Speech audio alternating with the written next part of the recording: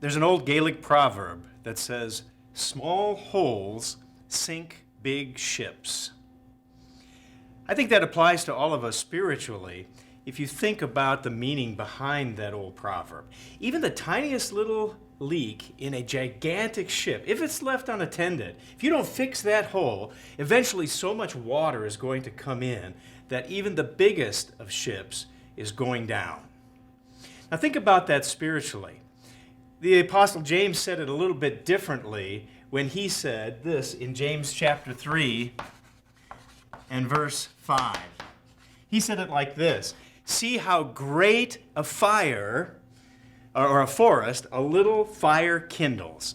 So the biggest of forests is going to be burnt up even with the tiniest little spark if you don't do something about it. And spiritually speaking, that can happen to us.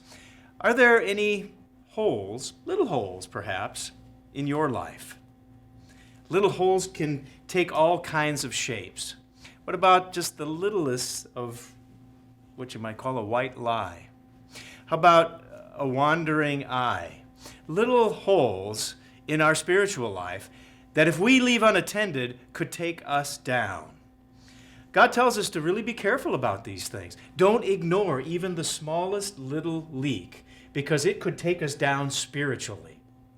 There's an important psalm that I think we need to consider when you think about those small holes that sink big ships, sink spiritual ships even. It's found over in Psalm 139 and verse 23. Psalm 139 verse 23 says, "Search me, O God, and know my heart." That's a wonderful prayer that we should all pray, because we don't want those small holes to get away from us. We need to do something about it, and sometimes we're not even all that aware of them. So in this prayer, we ask God to help us to see those small holes. And in verse 24, it says, "See if there's any offensive way in me." So we can petition God and ask Him to help us to see those holes. And then guess what? He'll also help us fix those holes, because it goes on to say, "And lead me in the way everlasting."